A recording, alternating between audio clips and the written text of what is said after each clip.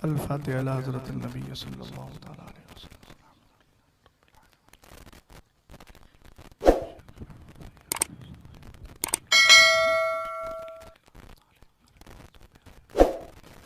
सुब्हान रब्बिका रब्बिल इज़्ज़ति अम्मा यसिफून व सलामुन अलल मुरसलीन वल्हम्दुलिल्लाहि रब्बिल आलमीन। मिंबर रसूल पर तशरीफ़ फरमा पासबानी मसलक आला हज़रत खलीफा सरकारी ताज शरीयत हज़रत अल्लामा मौलाना मुफ्ती शहरियार खान साहब क़िबला व दीगर अरबाब मिल्लत, हाज़रीन मजलिस, घरों में बैठ कर सुनने वाली पर्दा नशीं माँ और बहनों, अस्सलामु अलैकुम व रहमतुल्लाहि ताला व बरकातुहू। अल्हम्दुलिल्लाह अल्हम्दुलिल्लाहिल्लज़ी खलक़स-सुफ़ला वल-उला वस्सलातु वस्सलामु अला हबीबिहिल मुस्तफ़ा व अला आलिहि व अस्हाबिहि व अहलि बैतिहि व उलमाए मिल्लतिहि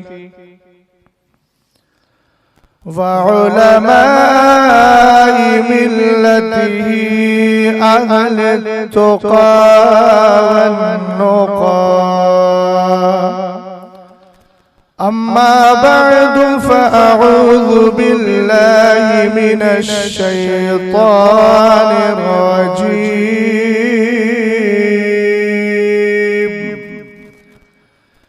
बिस्मिल्लाहिर रहमानिर रहीम।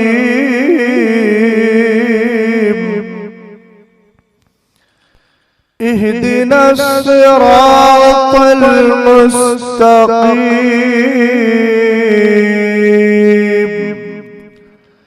सिरातल लज़ीना अनअमता अलैहिम गैरिल मग़ज़ूबि अलैहिम वलद्दाल्लीन।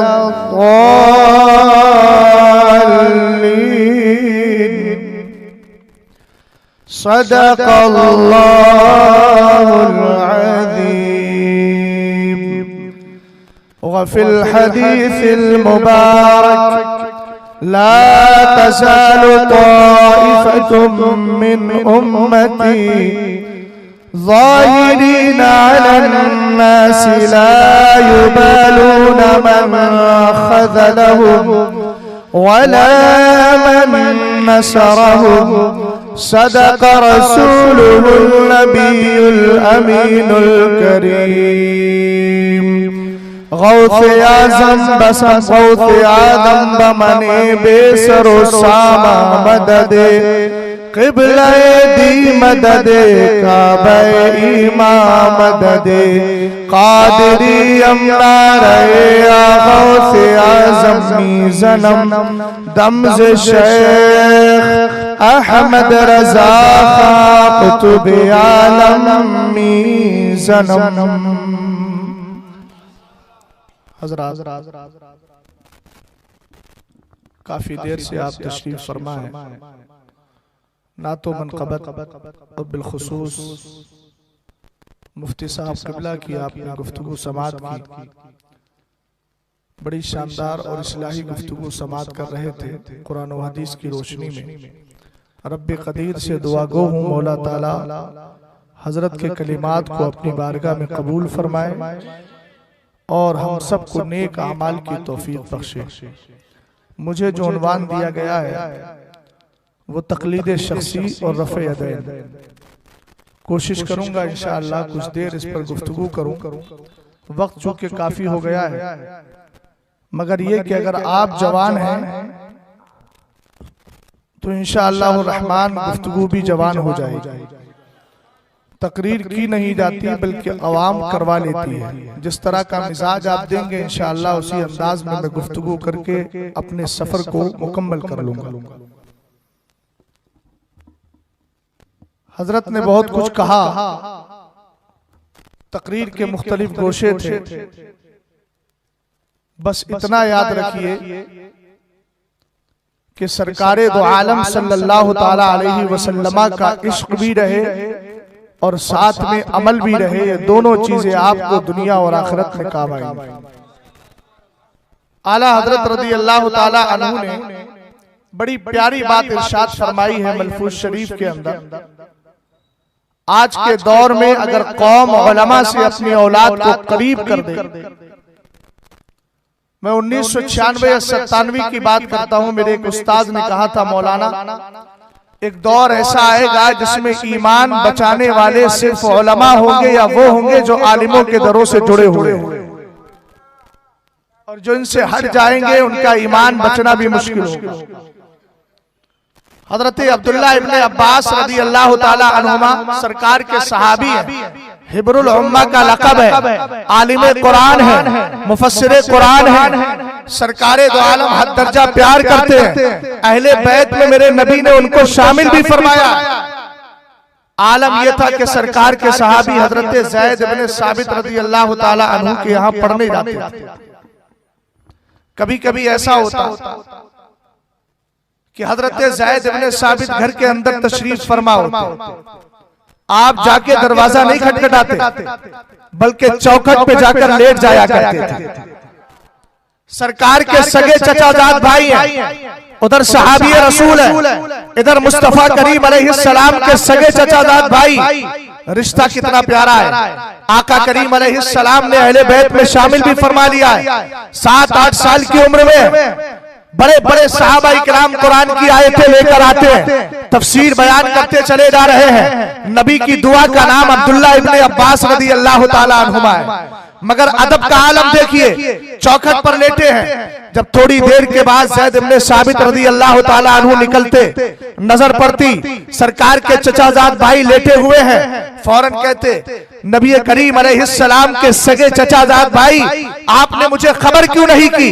हजरत अब्दुल्ला इब्ने अब्बास का जुमला सुनो, कहते हमें नबी की बारगाह से यही अदब मिला है। कुरान कहता है ना, इन्नल लज़ीना युनादूनका मिन वराइल हुजुराती अक्सरुहुम ला याक़िलून, जो मुस्तफा को कमरों के पीछे दरवाजों के पीछे से आवाज देते हैं, उनमें से अक्सर लोग अक्ल नहीं रखते, शऊर नहीं रखते। कहा यह मुस्तफा करीम अलैहिस्सलाम की बारगाह का अदब सिखाया गया है, मगर मैं उस्ताद के लिए भी यही अदब बरकरार रखता हूँ, मैं आपको इसलिए आवाज नहीं देता। एक दिन आप जा रहे थे, हजरत ज़ैद इब्ने साबित घोड़े पर सवार है, आप आए, आने के बाद रकात को थाम लिया।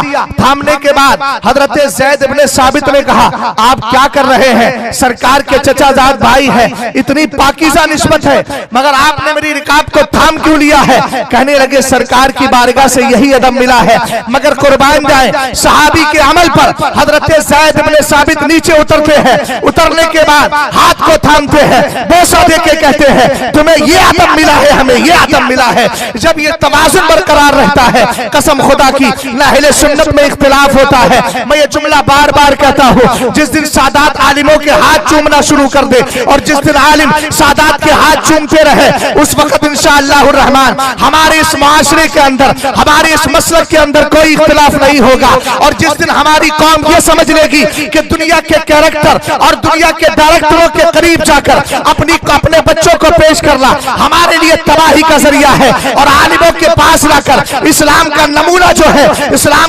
सरकार की शरीयत को आगे बढ़ाने वाली जो कौम है, इसके जब करीब लेकर के आएंगे, इस्लाम बच जाएगा। उसके बाद इंशाअल्लाह रहमान ना हमारे घरों से कोई बच्ची भागेगी, ना हमारा कोई बच्चा बद किरदार होगा, बल्कि सबका आलम यह होगा, सच्चे गुलामे साबिरे पाक पैदा होते नजर आए।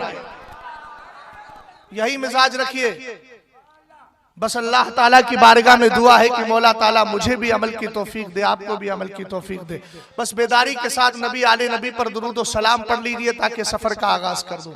अल्लाहु रब्बु मुहम्मदिन सल्लल्लाहु अलैहि वसल्लम नहनु इबादु मुहम्मदिन सल्लल्लाहु अलैहि वसल्लम सलातु व सलामन अलैका या रसूल अल्लाह सल्लल्लाहु ताला अलैहि वसल्लम।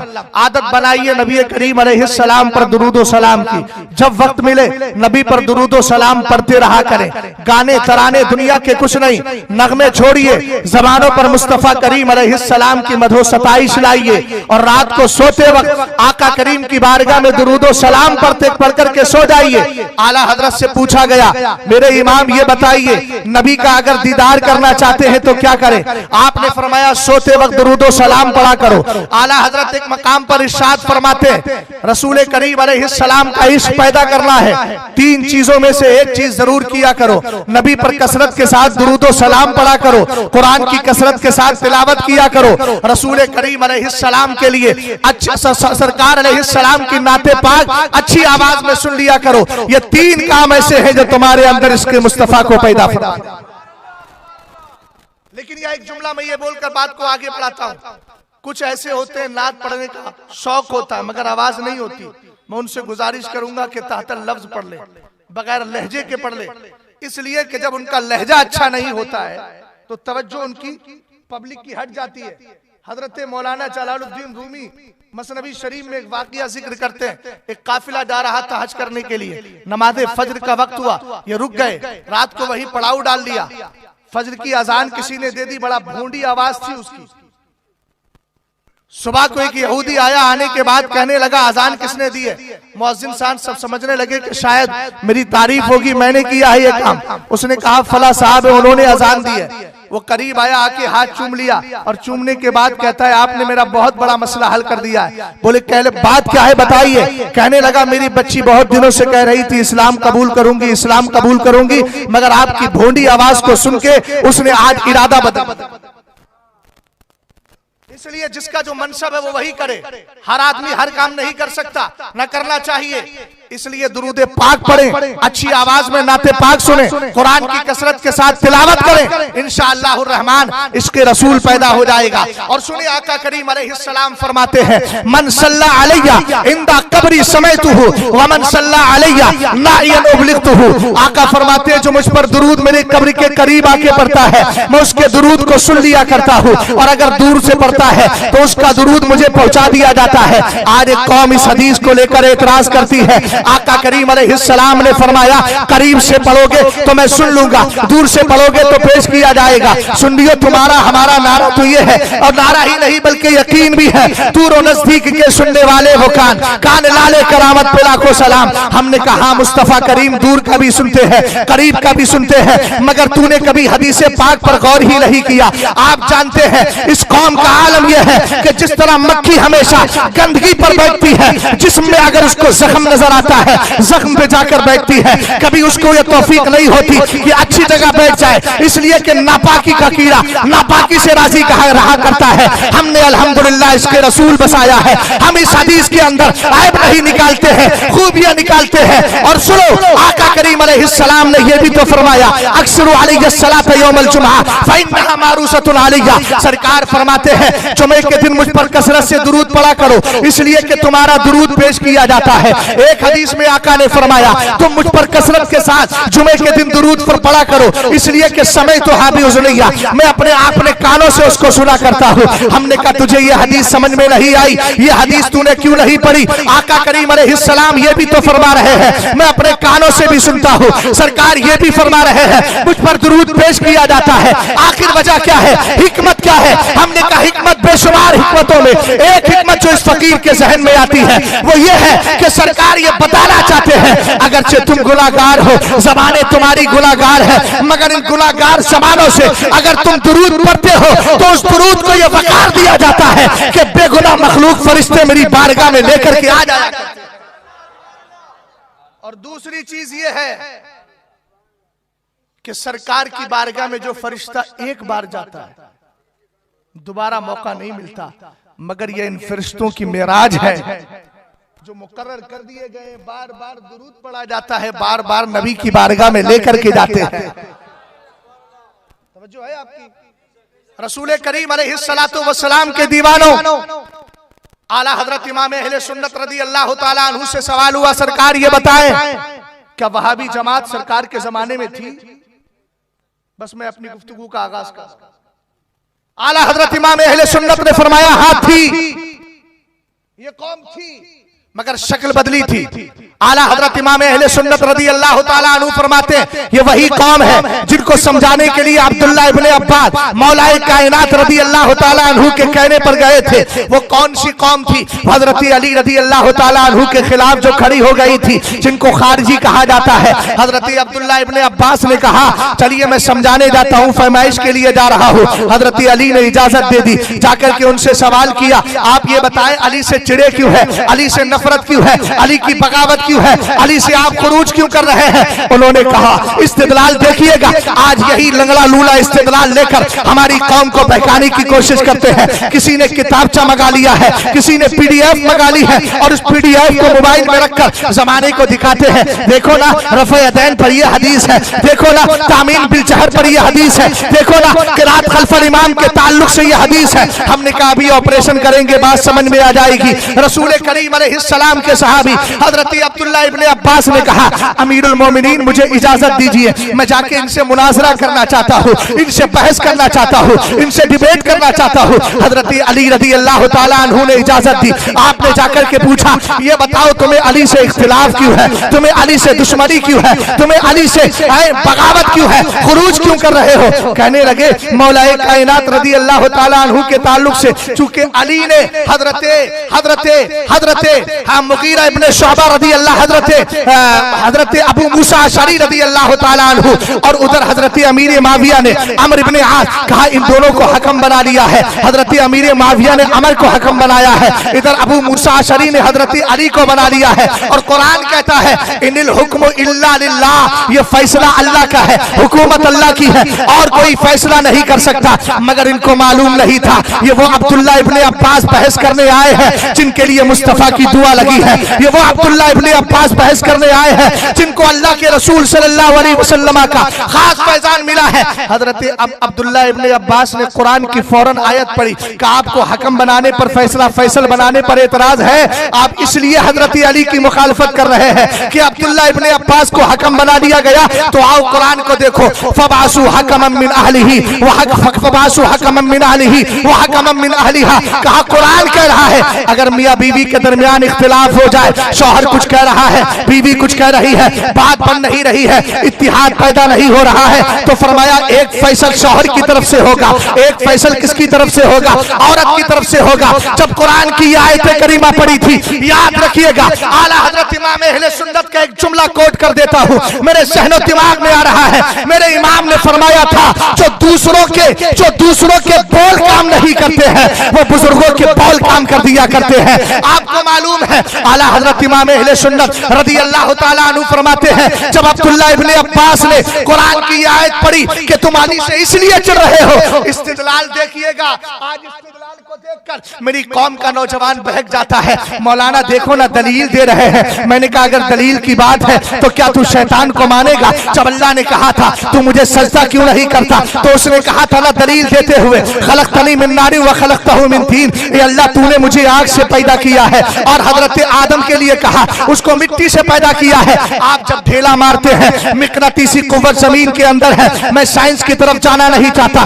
बस इतना जुमला बोल रहा हूँ कि आप जब ढेला फेंकते हैं वो अपने हैज़े तबी में आता है, नीचे आता है, ऊपर फेंका है नीचे आ गया है। मगर आप जानते हैं जब आग चलाई जाती है तो आग ऊपर जाती है। शैतान ये कहना चाह रहा था कि मैं जिस चीज से बना हूँ वो फितरत बुलंदी को चाहती है, आदम जिस खाक से बना है वो पस्ती को चाहती है, इसलिए मैं आदम से बेहतर हूँ। अब मैं आपसे पूछना चाहता हूँ दलील शैतान में भी दी है कि आप उस दलील को मानेंगे? हर किस नहीं मानेंगे। हजरत अब्दुल्ला इब्ने अब्बास रदी अल्लाह ताला अन्हु ने कुरान पाक की आयत पढ़ के ये बता दिया कि अगर हकम मानने की बात है तो कुरान की इस आयत पर आप क्या कहेंगे? हजरत अब्दुल्ला इब्ने अब्बास की इस तफसील को सुनकर, इस दलील को सुनकर आला हजरत फरमाते 5000 लोगों ने दोबारा इस्लाम का दामन थाम लिया,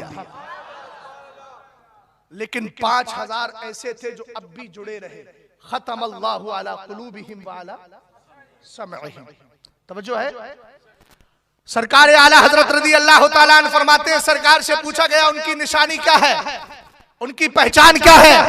आज देख लीजिएगा गिरदो नवा में आपको अलामतें मिल जाएंगी, पहचानें मिल जाएंगी, निशानियां मिल जाएंगी। सरकार आला हजरत रज़ी अल्लाह ताला अन्हु हदीस की रोशनी में लिखते हैं, सरकार ने इरशाद फरमाया ताक़िरूना सलातकुम मआ सलातिहिम, कहा उनके चेहरों पर आप देखना निशान होते हैं, इबादतें करते हैं, इतनी इबादतें करते हैं, ताक़िरूना सलातकुम मआ सलातिहिम, कि तुम्हें उनकी नमाजों के सामने अपनी नमाजें हेज लगेगी। आगे फरमाया वसियामकुम मआ सियामिहिम, तुम्हें अपने रोजे उनके रोजों के सामने कुछ नहीं लगेंगे।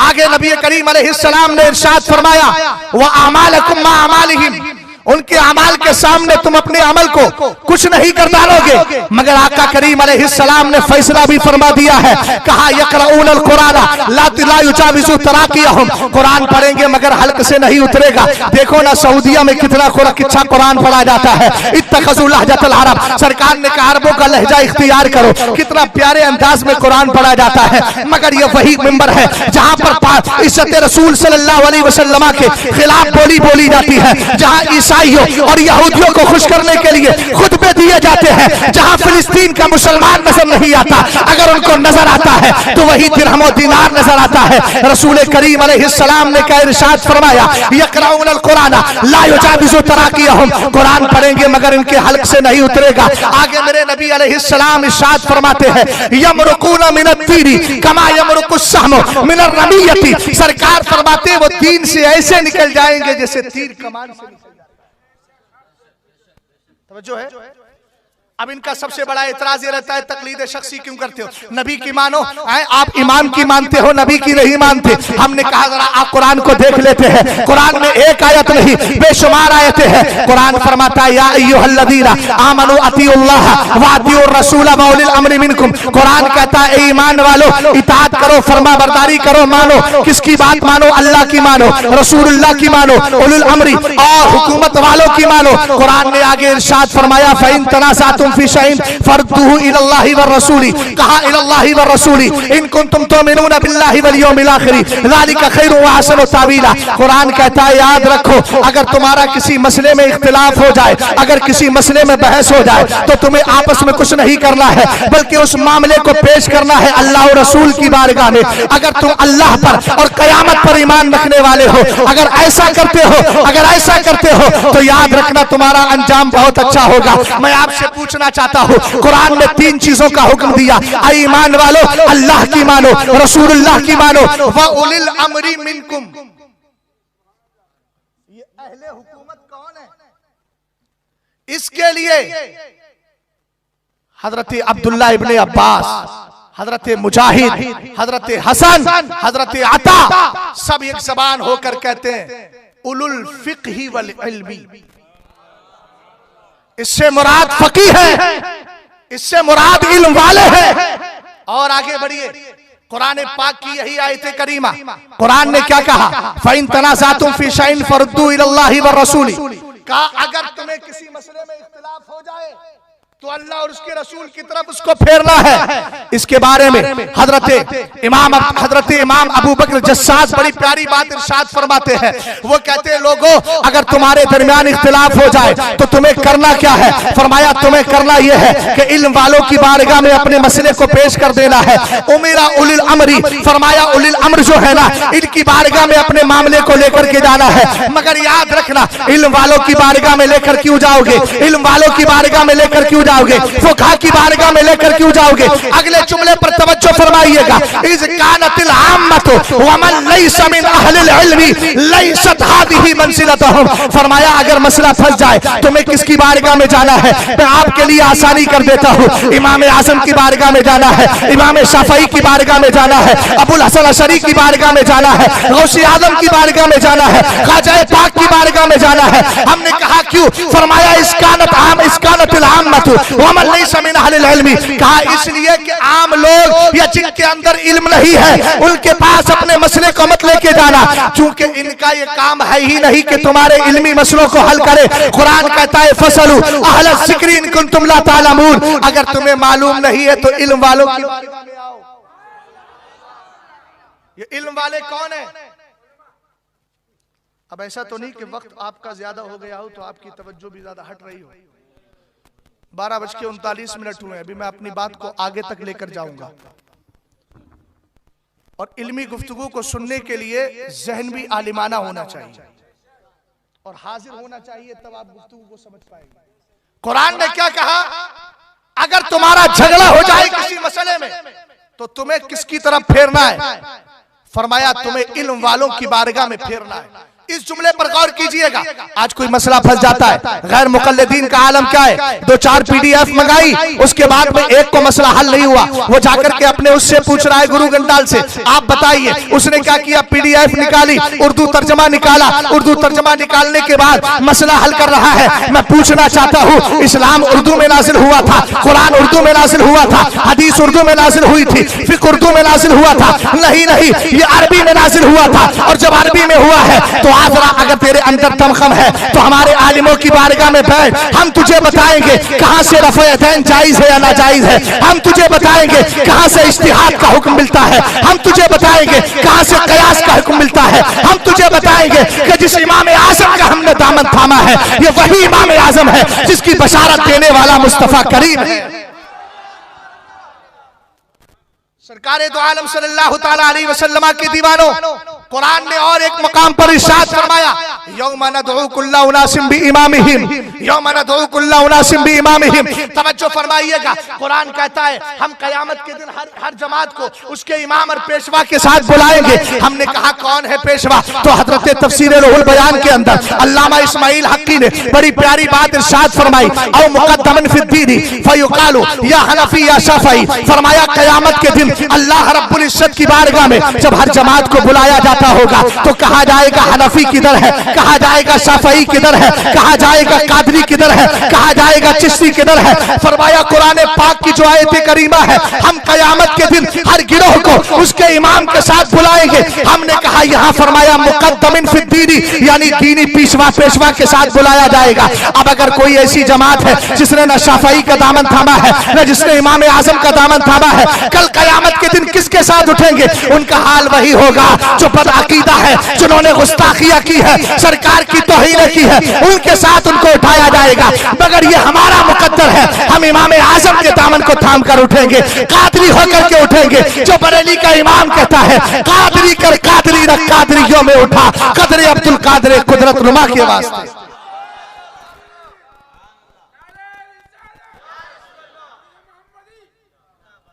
मोहब्बत से बोलिए सुभान अल्लाह और प्यार से बोलिए सुभान अल्लाह। तवज्जो है, अल्लाह ने कुरान में क्या इरशाद फरमाया, फसअलू अहल ज़िक्र इन कुंतुम ला तालमून। एक बात मुझे बताइए, एक आदमी पिंचर जोड़ने वाला होता है, पिंचर समझते हैं आप?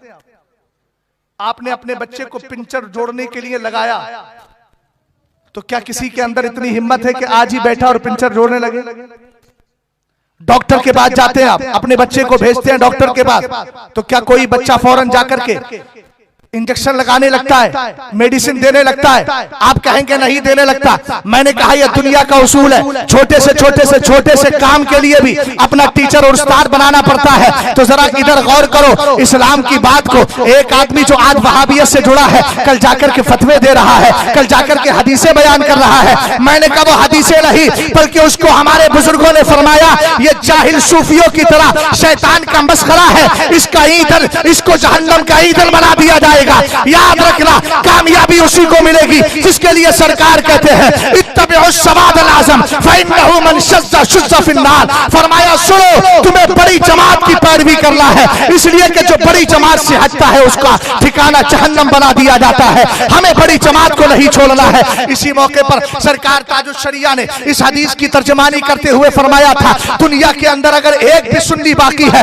तो उसी को बड़ी जमात कहा जाएगा। हमने कहा क्यों बड़ी जमात कहा जाएगा? ताजुश शरिया ने कहा उसका एक होने को नहीं देखा जाएगा, ये देखा जाएगा कि ताबईन की जमात उसके साथ है, तबे ताबईन की जमात उसके साथ है, अगवास की जमात उसके साथ है, अख्ताब की जमात उसके साथ है।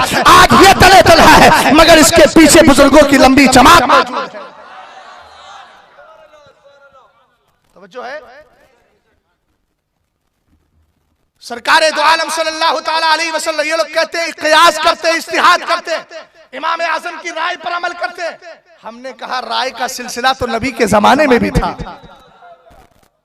बोलो, सरकार के जमाने में भी राय का सिलसिला जारी और सारी था और आका करीम अलैहिस्सलातु वस्सलाम इससे राजी थे, नबी करीम अलैहिस्सलाम इससे नाराज नहीं होते।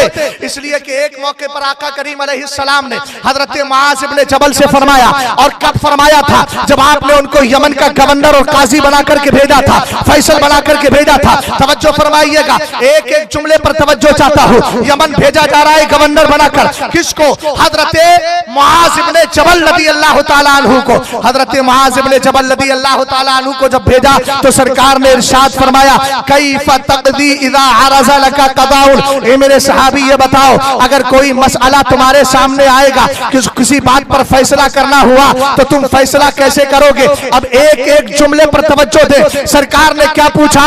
ए मुआज, अगर मसला फंस जाए और तुम्हें फैसला करना हो तो फैसला कैसे करोगे? हजरत मुआज कहते, अक़ज़ी बिकिताबिल्लाह, मैं सबसे पहले अल्लाह के कुरान और अल्लाह की किताब के जरिए फैसला करूंगा। सरकार ने फरमाया, फ़इल्लम तजिद फी किताबिल्लाह, अगर फैसला तुम्हें कुरान में ना मिले तो सरकार के सहाबी कहते हैं, फबे सुन्नते रसूलिल्लाह, सरकार अलैहिस्सलाम आपकी हदीस के मुताबिक फैसला करूंगा। मेरे नबी ने फिर फरमाया, फ़इल्लम तजिद फी सुन्नते रसूलिल्लाह, अगर तुम्हें यह फैसला मेरी सुन्नत मेरी हदीस में भी ना मिले तो सरकारे दो आलम सल्लल्लाहु अलैहि वसल्लम के सहाबी का जुमला सुनिएगा। फरमाते, अज्तहिदु बिराई वला आलू। सरकार अलैहिस्सलाम के सहाबी ने कहा, अगर मुझे कुरान में मसला नहीं मिलेगा, हालांकि कुरान तिबयानन लिकुल्लि शै है, हर चीज का रोशन बयान है। आप जानते हैं समंदर के अंदर मोती है कि नहीं? कौन नहीं जानता है? सब जानते हैं। अल्लाह ने मोती और दुरर को पैदा किया है, मगर है किसी के अंदर ये ताकत कि डुबकी लगाए हीरे और मोती निकाल ले? आप कहेंगे नहीं नहीं, जो गोताखोर है वही निकालेगा, जिसको निकालना है वही निकालेगा। हमने कहा कुरान में सब कुछ मौजूद है। कुरान तो खुद कहता है ना, है तिबयानन लिकुल्लि शै, कुरान हर चीज का रोशन बयान है। कुरान में खुशकोतर भी है, मगर हर एक के पास अकल नहीं होती, हर एक के पास वो दलाई नहीं होती। हजरत मुआज इब्ने जबल रदियल्लाहु ताला अन्हु कहते, आका अगर कुरान में नहीं मिलेगा आपकी हदीस में देखूंगा। अगर हदीस में नहीं मिला तो सरकार अलैहिस्सलाम के सहाबी ने कहा, अज्तहिदु बिराई, सरकार मैं अपनी राय से फैसला दूंगा। अब यहाँ राय की बात आई है, जो मेरे सहन में आएगी, जो मेरे दिलो दिमाग में आएगी राय, मैंने कहा वो राय नहीं,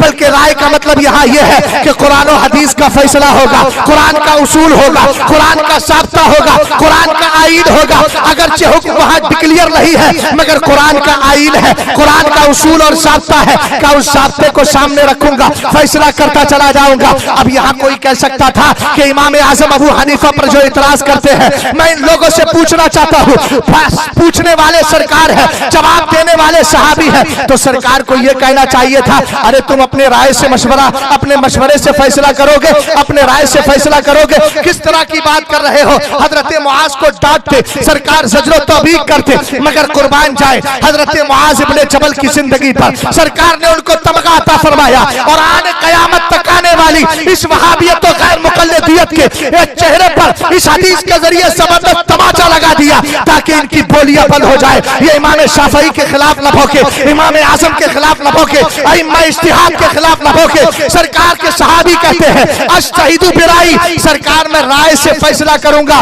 और राय देने में फला आलू, सुस्ती भी नहीं करूंगा। कुरान में गौर करूंगा, हदीस में गौर करूंगा। गौर करते करते अगर किसी मसले का हुक्म नहीं मिलेगा सरकार, तो फिर मैं कुरान के ज़ाब्ते उसूल को सामने रखकर फैसला दूंगा। हमने कहा यही तो इमाम आजम कर रहे हैं, यही तो इमाम शाफई कर रहे हैं, यही तो इमाम अहमद इब्ने हंबल कर रहे हैं। सरकारे दो आलम सल्लल्लाहु अलैहि वसल्लम ने जब ये जवाब सुना था, चूंकि तरबियत मुस्तफा की थी ना, आप अपने बच्चे को तरबियत दे, कुछ देर के बाद बच्चे से सवाल करें, उसका जवाब अच्छा मिल जाता है, उसके रुखसार को चूम लेते हैं, दिल खुश होता है। हमने जो कल्चर दिया था, उस कल्चर का रिजल्ट हमारे सामने आ गया है, बच्चा इम्तिहान में पास हो गया है। चूंकि सरकार अलैहिस्सलाम ने उन सहाबा इकराम को परवान चढ़ाया था, कुरान और हदीस को सरकार अलैहिस्सलाम ने अपने सहाबा तक पहुंचाया था। जो जवाब मिला सरकार की मर्जी के मुताबिक, सरकार खुश हो जाते हैं। हदीस के अंदर है, फज़रबा रसूलुल्लाह सल्लल्लाहु तआला अलैहि वसल्लम अला सदरिही, सरकार ने अपना दस्ते पाक हजरत मुआज इब्ने जबल के के सीने पर मार दिया। हमने कहा मारा इसलिए था कि वो अबू हुरैरा है जिन्होंने भूलने की और निसियान की शिकायत की थी। सरकार ने खाली चादर देकर उनके सहन का इलाज कर दिया था, निसियान को दूर कर दिया था। यहाँ माज़ इब्ने जबल के सीने पर हाथ मारकर सरकारे दो आलम ने उनके सीने को मार्फत का गंजीरा बना दिया। तो जो है जब वक्त ज्यादा हो जाता है तो जहन काम नहीं करता, डिस्टर्ब होने लगता है, समझ गए ना। कई दिन हो गए सही से नींद नहीं हो पाती है, लेकिन याद रखो कि जिसका जिक्र कर रहा हूं वो मुझसे बुलवा रहा है और आपको सुना रहा है। हजरत मुआज़ इब्ने जबल ने क्या कहा, लगाओ फतवा यहां। सरकार के सहाबी कह रहे अस्तहीदु बिराई फज़रब रसूलुल्लाह सल्लल्लाहु अलैहि वसल्लम अला सदरी। सरकार ने यूं हाथ मारा और मारने के बाद मेरे नबी ने क्या कहा, अल्हम्दुलिल्लाहिल्लज़ी वफ़्फ़क़ा रसूला रसूलिल्लाहि लिमा यरदा बिही रसूलुल्लाह सल्लल्लाहु तआला अलैहि वसल्लम। मैं जिस माहौल में गुफ्तगू करता हूं वो माहौल बनाइए। सरकारे दो आलम सल्लल्लाहु अलैहि वसल्लम कहते हैं अल्लाह का शुक्र है कि अल्लाह ने मुस्तफा के भेजे हुए सहाबी को उस बात की तौफीक दे दी जिससे मुस्तफा राजी है, जिससे मुस्तफा राजी है। उठाइए तबकात इब्ने साद को, हजरत अबू बकर सिद्दीक अकबर रदी अल्लाह ताला अन्हु, जिनके लिए हजरत अल्लामा जलालुद्दीन सुयूती कहते आलमुस सहाबा, सहाबा इकराम में सबसे ज्यादा इल्म अगर किसी को है तो अबू बकर सिद्दीक अकबर रदी अल्लाह ताला अन्हु को है। उनके लिए उनसे पूछा गया सरकार आप फैसला कैसे करेंगे। हजरत अबू बकर कहते हैं मैं कुरान से फैसला करूंगा, उसके बाद हदीस मुस्तफा से करूंगा। आपका भी जुमला सुनिएगा, आप फरमाते सुम्मा अस्तहीदु बिराई, फिर मैं अपने राय से फैसला दूंगा। सुभान अल्लाह, ये खलीफाए वक्त बोल रहे हैं, खलीफाए अव्वल बोल रहे हैं, यारे आरे मुस्तफा बोल रहे हैं, जिनसे मेरे नबी ने फरमाया था लम यारिफनी हकीकतन गैरु रब्बी। ए अबू बकर याद रखो मेरे रब के अलावा मेरी हकीकत को किसी ने नहीं पहचाना है। ये अबू बकर सिद्दीक अकबर कहते हैं। अब आइए उमर फारूक आदम से पूछते हैं आप कैसे फैसला करेंगे। हजरत उमर कहते हैं हाजा राय उमर, ये उमर भी राय से फैसला करेगा। मौला कायनात से पूछते हैं जिनके लिए सरकार ने कहा था अना मदीनतुल इल्मी व अली बाबुहा, मैं इल्म का शहर हूं, अली उसका दरवाजा है। हजरत अली से पूछा गया आप फरमाते अहकुमु बि किताबिल्लाहि व बि सुन्नति रसूलिल्लाह सुम्मा अस्तहीदु बिराई, फरमाया फैसले के लिए पहले कुरान को सामने लाऊंगा, फिर हदीस मुस्तफा को लाऊंगा, और जब इनमें मुझे हुक्म नहीं मिलेगा तो अपने इज्तिहाद से काम करूंगा। हो गई 4 सनदे, बोलो बोलो 4 सनदे हो गई।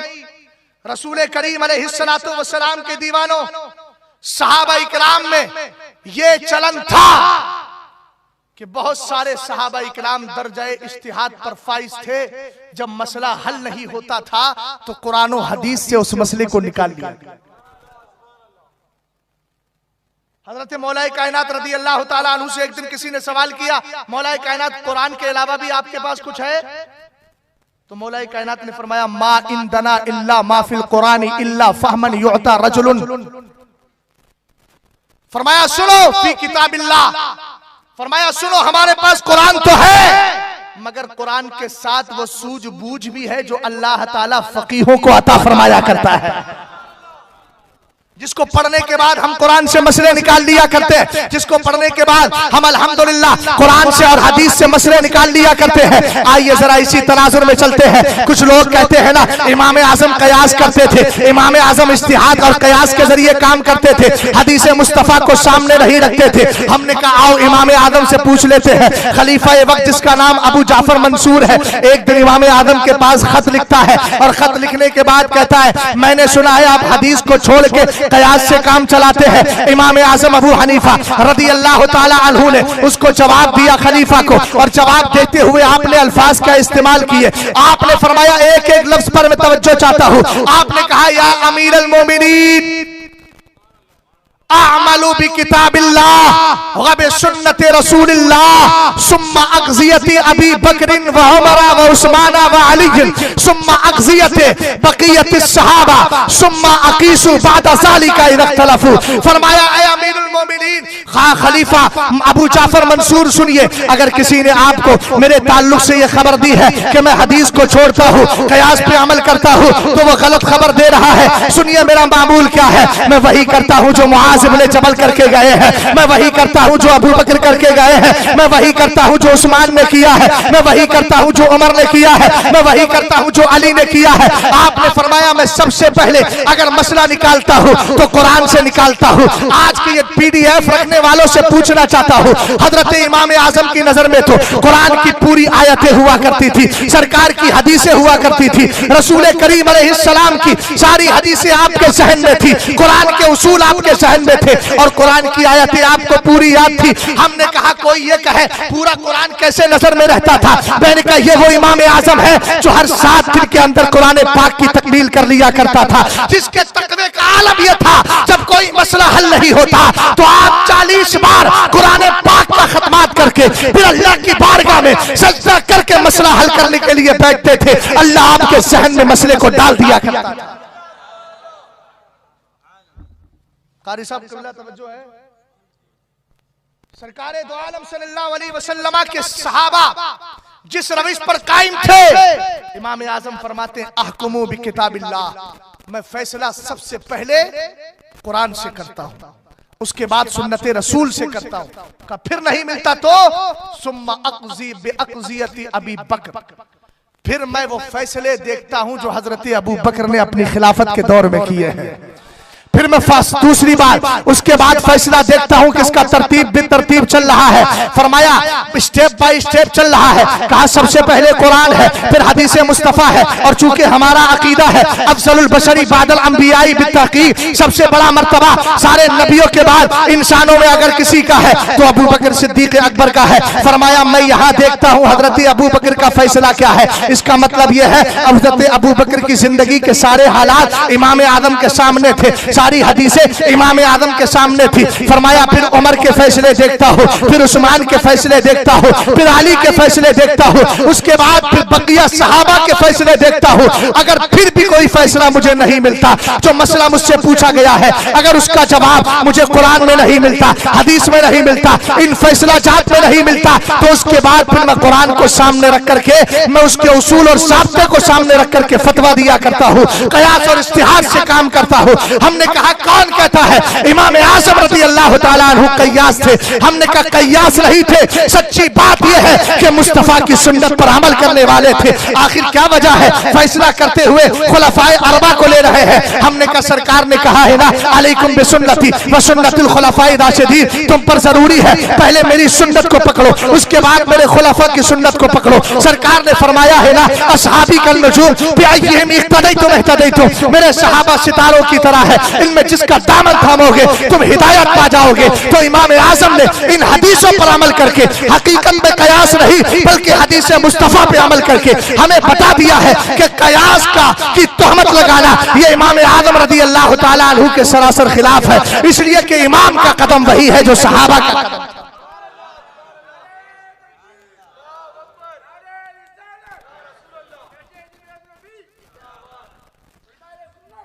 हजरत इमाम आज़म रज़ी अल्लाह ताला अन्हु की हदीस तानी की एक झलकी मैं आपको दिखा दूं, कहां तक नजर पहुंचती थी इमाम आज़म की। आज तोहमत लगाई जाती, 7 हदीसें याद। मैंने कहा पागल, मुस्नद इमाम आज़म पढ़ ले, 700 हदीसें तो उसी में मज़कूर है, मुस्नद इमाम आज़म। और जो इस तरह का इतराज करता है उससे यह पूछना कि इमाम शाफई को फैजान मिला कहां से, हजरत इमाम बुखारी को फैजान मिला कहां से? कौन है इमाम बुखारी? ये शागिर्द है हजरत मक्की इब्ने इब्राहिम के, और मक्की इब्ने इब्राहिम वो हैं जिन्होंने 11 साल इमाम आजम की बारगाह में रहकर के इल्म हासिल किया है। तवज्जो फरमाइएगा, खलीफा वक्त है अबू जाफर मंसूर। अहले मौसिल एक जगह है, मौसिल एक जगह थी, वहां के बसने वाले लोगों से इख्तिलाफ हो गया, उन्होंने बगावत की। खलीफा मंसूर ने कहा अगर तुम बगावत करोगे तो याद रखना माने नहीं तो मैं तुम्हें कत्ल कर दूंगा। मुआहदा तैयार हो गया, लिख दिया गया अगर हम दोबारा तुम्हारी बगावत करते हैं तो आप हमें कत्ल कर देना। और सरकार की एक हदीस है, अल मोमिनून अक़्दु शुरूतिहिम, सरकार ने इरशाद फरमाया ईमान वाला अपनी शर्तों का पाबंद होता है। जो शर्त लगाएगा उस पर अमल करना जरूरी है, जो पाकीज़ा शर्त लगाई है अमल करना जरूरी है। मगर हुआ ये, अहले मोसिन ने दोबारा मुखालफत कर दी। किसकी? खलीफा वक्त मंसूर की मुखालफत की। इसने अपनी फौज को भेज दिया और भेजने के बाद ही कहता उनको कत्ल कर दो, इसलिए कि मुआहदे में लिखा हुआ था अगर दोबारा बगावत करेंगे तो फिर ऐसी सूरत में उनको कत्ल कर दिया जाएगा। मगर उसके जहन में ख्याल आया चलो उलमा से पहले मालूम कर लेते हैं। सारे उलमा को जमा किया गया और जमा करने के बाद उसने सवाल किया कि ये बताइए अहले मोहसिन ने दोबारा बगावत की है, इनको कत्ल किया जाए कि ना किया जाए। एक आलिम साहब खड़े हुए कहने लगे सरकार की हदीस है ना, अल मोमिनून अक़्दु शुरूतिहिम, फरमाया ईमान वाले अपनी शर्तों के पाबंद होते हैं। उन्होंने शर्त लगाई थी कि अगर हम तुम्हारी बगावत करें हमें कत्ल कर देना, लिहाजा तुम्हारे लिए कत्ल करना जायज है। हजरत इमाम आजम बैठे हैं, अभी कोई जवाब नहीं दिया है। इमाम आजम अबू हनीफा रदी अल्लाह ताला अन्हु ने आलिम का फतवा सुन लिया, लोगों के फतवे सुन लिए। उसके बाद अबू जाफर मंसूर कहने लगा ए इमाम आप भी तो कुछ बताइए। हजरत इमाम आजम अबू हनीफा रदी अल्लाह ताला अन्हु ने कहा मेरे नजदीक कत्ल करना जायज नहीं,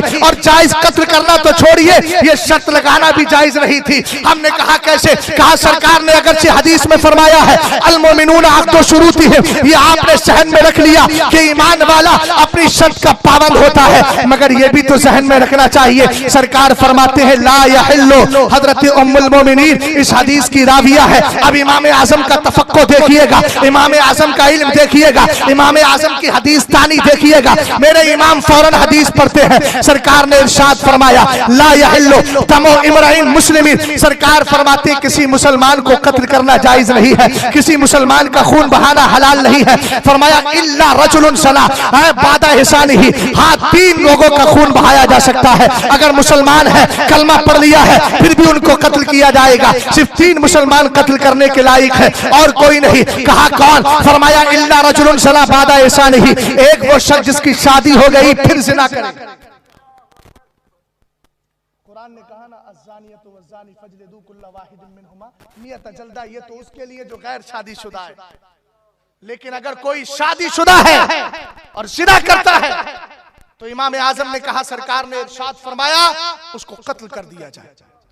और फरमाया मन कफरा बाद इस्लामिही, दूसरा वो मुसलमान कत्ल किया जाएगा जो मुसलमान था फिर काफिर हो गया, इस्लाम पेश किया जाएगा, मुर्तद बन गया, अगर ना माने तो कत्ल कर दिया जाए। और फरमाया आगे अन्नफ्सु बिन्नफ्सी, कोई मुसलमान है मगर किसी मुसलमान को कत्ल कर दिया तो कुरान कहता है ना व कतबना अलैहिम फिया अन्न नफ्सा बिन्नफ्सी वल ऐना बिल ऐनी वल अनफा बिल अनफी वल उज़्ना बिल उज़्नी, फरमाया जान के बदले जान है। इसीलिए हजरत इमाम आजम ने कहा सरकार अलैहिस्सलाम की हदीस बता रही है ईमान वाले को कत्ल करना जायज नहीं, सिर्फ 3 लोग हैं और आपने जो फैसला किया है कि अगर मेरे खिलाफ बगावत करोगे तो तुम्हें कत्ल कर दिया जाएगा, तो तुम्हारा ये मुसलमान ना तो पहली वाली सूरत में है इसने जिना भी नहीं किया है, ना मुर्तद हुआ है, ना इसने किसी को कत्ल किया है। हजरत खलीफा अबू जाफर मंसूर ने हजरत इमाम आजम अबू हनीफा रदी अल्लाह ताला अन्हु के तफक्को को मानते हुए कहा इमाम तुम्हारा जवाब बहुत अच्छा है, तुम्हारी तफक्को बड़ी प्यारी है, मगर क्या इस तरह का फतवा ना दीजिएगा। मगर इमाम आजम अबू हनीफा ने इतने उलमा के बीच सरकार की हदीस को बताकर दुनिया वालों को यह सहन दे दिया है कि इमाम आजम अबू हनीफा यानी अबू हनीफा कयास पर अमल नहीं करता है बल्कि हदीस मुस्तफा पे अमल किया करता है। इसीलिए तो इमाम आदम ने कहा इदा सहल हदीसो फहुवा मज़हबी, अगर मेरा एक तरफ कौल हो, मेरा कयास और इज्तिहाद हो, कयामत तक अगर किसी को मेरे इज्तिहाद के खिलाफ हदीस मिल जाए तो इज्तिहाद को छोड़ दे, हदीस मुस्तफा पे अमल करे। जो है इन इमामों ने कितनी खिदमतें की है। हजरत इमाम शाफई रदी अल्लाह ताला अन्हु का नाम सुना है आपने? जिस दिन इमाम आजम का इंतकाल हुआ उस दिन इमाम शाफई पैदा हुए और इमाम आजम की बारगाह के एक शागिर्द थे जिनका नाम था इमाम अबू यूसुफ।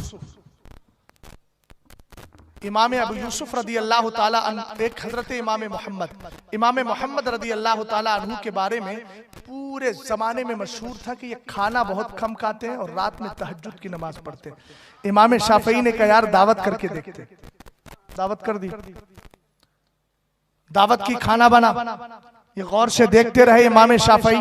घर इमाम शाफई का था, मेजबान थे, गौर से देखते रहे।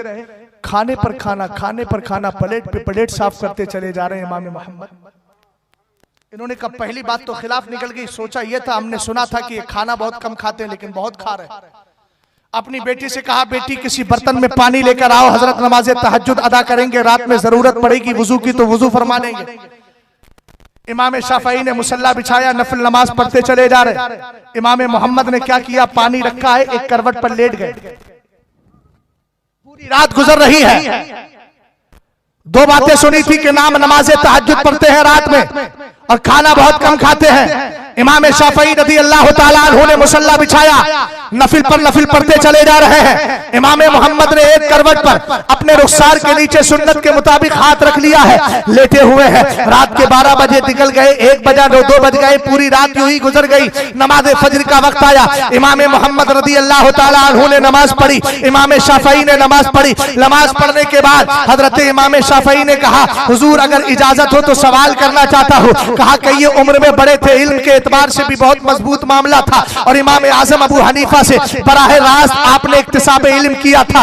एक आलिम ने हमारे जिक्र फरमाया है कि जिस दर्जा इज्तिहाद पर इमाम शाफई थे उस पर इमाम अबू यूसुफ भी थे, मगर आपने कसम खा ली थी कि अपने उस्ताद के खिलाफ नहीं जाएंगे। मुज्तहिद फिल शरा ना बन के मुज्तहिद फिल मजहब बन गए थे। मुज्तहिद फिल शरा का मर्तबा सबसे ऊपर होता है, मुज्तहिद फिल मजहब का मर्तबा सबसे नीचे होता है। सरकार दो आलम सल्लल्लाहु ताला अलैहि वसल्लम के दीवानों, अपने इमाम की खिदमतें देखो, अपने इमामों की दिनों रात की मेहनत शाक्का को देखो। हजरत इमाम मोहम्मद रज़ी अल्लाह ताला अन्हु से पूछते हैं, सरकार आपने खाना बहुत ज्यादा खाया, मैंने सुना था आप खाना बहुत कम खाते हैं। कहा, हाँ आदत तो यही है, खाना बहुत कम खाता हूँ, मगर मामला यह है कि तुम्हारी बेटी ने मुस्तफा पर दुरूद पल पल के खाना बनाया था, इसलिए उसकी बरकतें मुझे महसूस हो रही थी, लज्जतें। काश मेरे घर की बच्चियां भी जब अपने बच्चों को दूध पिलाएं तो मुस्तफा पर दुरूद पड़े, ताकि बच्चों के अंदर इसके रसूल का रोगन पैदा हो जाए। हजरत बाबा फरीद की माँ, उनके पास मोहल्ले की औरतें आई, कहने लगी कि फरीद की अम्मा तेरा बेटा बहुत अच्छा है, 7-8 साल की उम्र है, रात को मुसल्ला बिछा के नबी पे दुरूद पढ़ता, हमारे बच्चे दिन भर खेल के रात को थक के सो जाते हैं। हजरत बाबा फरीद की अम्मी जान ने जवाब दिया कि इसमें फरीद का कमाल नहीं, मेरा कमाल है। कहा, मामला क्या है? कहा, मैंने 2 साल तक बच्चे को दूध पिलाया है मगर कभी बेवजू दूध नहीं पिलाया। हजरत इमाम मोहम्मद रज़ी अल्लाह ताला अन्हु फरमाते हैं, खाना कम खाता था मगर यहाँ ज्यादा इसलिए खाया कि लज्जत पे लज्जत महसूस हो रही थी। का हुजूर पानी रखा रहा, आपने वुजू भी नहीं किया, नमाज तहज्जुद भी नहीं पढ़ी। हजरत इमाम शाफई रज़ी अल्लाह ताला अन्हु से इमाम मोहम्मद ने पूछा, आपने क्या किया है? कहने लगे, सरकार मैं तो रात भर नफिल नमाज पढ़ रहा था। कहा, ये बताइए नफिल नमाज आपने पढ़ी है, इसका फायदा किसको पहुंचेगा? कहने लगे, इसका फायदा मुझे पहुंचेगा। कहा, आप जानिए और याद रखिए, सहन में इस बात को बिठा लीजिए, आपने जो काम किया है इसका फायदा आपको पहुंचने वाला है। और इमाम मोहम्मद कहते हैं, मैंने जो काम किया है वो मैंने काम अपने लिए नहीं, अपनी कौम के लिए किया है। आप क्या समझ रहे थे कि मैं रात भर एक करवट से सोता रहा? कसम खुदा की एक लम्हा भी मुझे नींद नहीं आई है। मैं सोया इसलिए नहीं था कि मुझे मालूम है मेरी कौम मेरे बारे में सोचकर और मेरे ऊपर एतमाद और भरोसा करते हुए कौम सो गई है, उसे मालूम है हम सो जाएंगे, मगर दीन को बचाने वाला मोहम्मद मौजूद है, दीन को बचाने वाले इमाम अबू यूसुफ मौजूद है। इमाम मोहम्मद कहते हैं, आप ये न समझे कि मैं रात में सो रहा था, कसम खुदा की आज एक रात एक करवट पर लेटे लेटे मैंने कुरान और हदीस से अपनी कौम के लिए 1000 मसले निकाल दिए। समझ में आई बात आपके? हजरत इमाम आजम अबू हनीफा रज़ी अल्लाह ताला अन्हु के ताल्लुक से मशहूर हो गया कि वो कयास करते हैं, कयास है। हजरत अब्दुल्ला इब्ने मुबारक इमाम आजम के शागिर्द हैं। उनका आलम यह है अब्दुल्ला इब्ने मुबारक का कि इमाम आदम से पूछा गया, कयामत के दिन क्या पेश करोगे? कहा, खुदा की बारगाह में अब्दुल्ला इब्ने मुबारक को दे दो। इतने बड़े फकीह भी हैं और इतने बड़े मुहद्दिस भी हैं कि हजरत इमाम तिरमिजी जैसे मुहद्दिस उनकी बारगाह में ज़ानुए अदब तय करते हैं।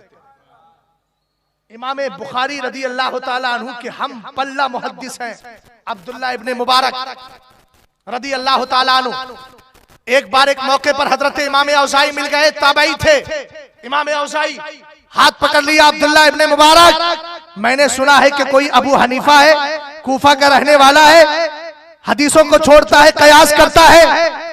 हजरत अब्दुल्ला इब्ने मुबारक के उस्ताद थे इमाम आदम, कोई जवाब नहीं दिया, गाड़े गाड़े मसले बयान करना शुरू कर दिए। कुरान ये कहता है आप ये बताइए हदीस में ये मसला है कि नहीं। बड़े बड़े बड़े गाड़े गाड़े मसले और डिफिकल्ट मसाइल जब पेश किए तो हजरत इमाम औज़ाई ने कहा इनका जवाब क्या है, इधर मसला पेश करते, उधर अब्दुल्ला इब्ने मुबारक जवाब भी दे देते। कहा ये बताओ यार तुम्हें कौन पढ़ाता है, कौन मसले बताता है। तो कहने लगे हाँ एक शेख साहब है जो पढ़ाते हैं। तो इमाम औज़ाई को अभी नाम नहीं बताया, इमाम औज़ाई की ज़बान से बरजस्ता ये जुमला निकला कि ये तो बहुत बड़ा आलिम मालूम होता है, बहुत बड़ा फकीह मालूम होता है। जब आपने मान लिया तब हजरत अब्दुल्ला इब्ने मुबारक ने कहा ये वही है इमाम आज़म जिनको आप कयास कह रहे हैं। हजरत इमाम औज़ाई ने कहा अरे इतना बड़ा फकीह है, अल्लाह मुझे माफ फरमा दे, मैं तो बदगुमानी का शिकार हो गया था, मेरी मुलाकात क्यों नहीं हो जाती, मेरी मुलाकात करवा दीजिए। हजरत इमाम आज़म अबू हनीफा से मुलाकात के लिए आपने अपना इरादा जाहिर किया, मगर मुलाकात जब हुई थी, क्या गुफ्तगू हुई थी वो बाद में पेश करूंगा। बात ये चल रही थी, हजरत इमाम आज़म अबू हनीफा कहते हैं अश्तहिदु बिराई, बाद में मैं कयास करता हूँ, पहले कुरान को देखता हूँ, हदीस मुस्तफा को देखता हूँ, हजरत अबू बकर के फैसलों को देखता हूँ, उमर के फैसलों को देखता हूँ, उस्मान और अली के फैसले को देखता हूँ, सहाबा के फैसलों को देखता हूँ, फिर नहीं मिलता है तो कुरान का उसूल सामने रख के मसला बयान कर दिया। तवज्जो है आपकी। अब एक बीमारी और चलती है, वक्त क्योंकि बहुत ज्यादा हो रहा, मैं बात को समेट रहा हूं। एक बीमारी बहुत ज्यादा चलती है, वो कौन सी बीमारी कि ये बताइए हम रसूल की माने या इमाम की माने। ये यहां पर क्या किया जाता है, इसमें तफरीक की जाती है, फासला किया जाता है। मैंने कहा ये बताओ कुरान की जब आयत पढ़ते हो इहदिनस सिरातल मुस्तकीम सिरातल लदीना अनअमता अलैहिम गैरिल मग़दूबी अलैहिम वलद्दाल्लीन, तवज्जो फरमाइएगा। और कुरान कहता है 5वें पारी की आयत है मैं युतिअर रसूला फक़द अता अल्लाह, जिसने मुस्तफ़ा की मान ली उसने अल्लाह की मान ली। तो बात क्लियर हो गई ना, खुदा का मानो, खुदा का फरमान मानो, मुस्तफ़ा का फरमान मानो। लेकिन फिर कुरान ने हर 5 वक्ता नमाज के अंदर अल्लाह की तरफ से यह तालीम क्यों दी जा रही है कि जब नमाज पढ़ने के लिए खड़े हो नियत बांधो, सुभान अल्लाहुम्मा पढ़ने के बाद, सलाह पढ़ने के बाद आप ये कहो, क्या कहो, इहदिनस सिरातल मुस्तकीम, ए अल्लाह हमें सीधा रास्ता चला। किसका रास्ता? सिरातल लदीना अनअमता अलैहिम, उनका रास्ता चला जिन पर तूने इनाम किया है। कौन है जिन पर इनाम हुआ है? कुरान कहता है फउलाइका मअल लदीना अनअमल्लाहु अलैहिम मिनन नबिय्यीना वस्सिद्दीकीना वश्शुहदाई वस्सालिहीन। इनाम वाले नबियों की जमात है, सिद्दीकीन की जमात है, शुहदा की जमात है, सालिहीन की जमात है। मैं पूछना चाहता हूं जो आप बार बार कहते हैं नबी की माने या इनकी माने, इमाम की माने, हमने कहा ना नबी इमाम से जुदा है और ना इमाम नबी से जुदा है, इसलिए कि कुरान ही तो कह रहा है खुदा की भी मानना है, मुस्तफा की भी मानना है। रास्ता किनका इख्तियार करना है? अल्लाह वालों का रास्ता इख्तियार करना है। उठाइए ना कुरान पाक को, कुरान कहता है या अय्युहल्लज़ीना आमनुत्तकुल्लाह वकूनू मअस्सादिकीन, ऐ ईमान वालों अल्लाह से डरो और सच्चों के साथ हो जाओ। मैं पूछना चाहता हूं ये सच्चे कौन है जिनकी पैरवी का हुक्म दिया जा रहा है? ये सच्चे इमाम शाफई है, ये सच्चे इमाम आजम है, ये सच्चे इमाम अहमद इब्ने हंबल है। ये सच्चे कौन है? ये सहाबा की जमात है, ताबईन की जमात है, अइम्मा मुज्तहिदीन की जमात है, अइम्मा तरीकत की जमात है। इनकी बारगाह से जब जुड़े रहोगे तो फिर यही कहोगे तेरे गुलामों का नक्शे कदम है राह खुदा, वो क्या बहक सके जो सुराग लेके चले, जिसके पास ये रास्ता होता है, एड्रेस होता है, कसम खुदा की कभी बहकता नहीं।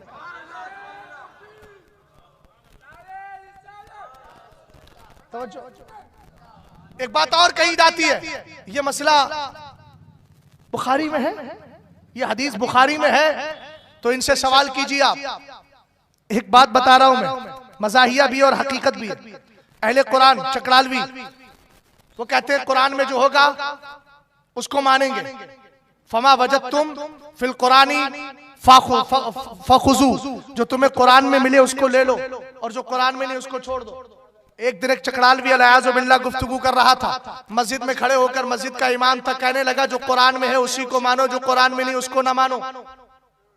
तो एक सुन्नी वहां बैठा था, खड़ा हो गया, कहने लगा, कान वाले खड़ा नहीं बल्कि चुपके से बराबर वाले के कान में कहा इमाम साहब की खतना नहीं हुई है।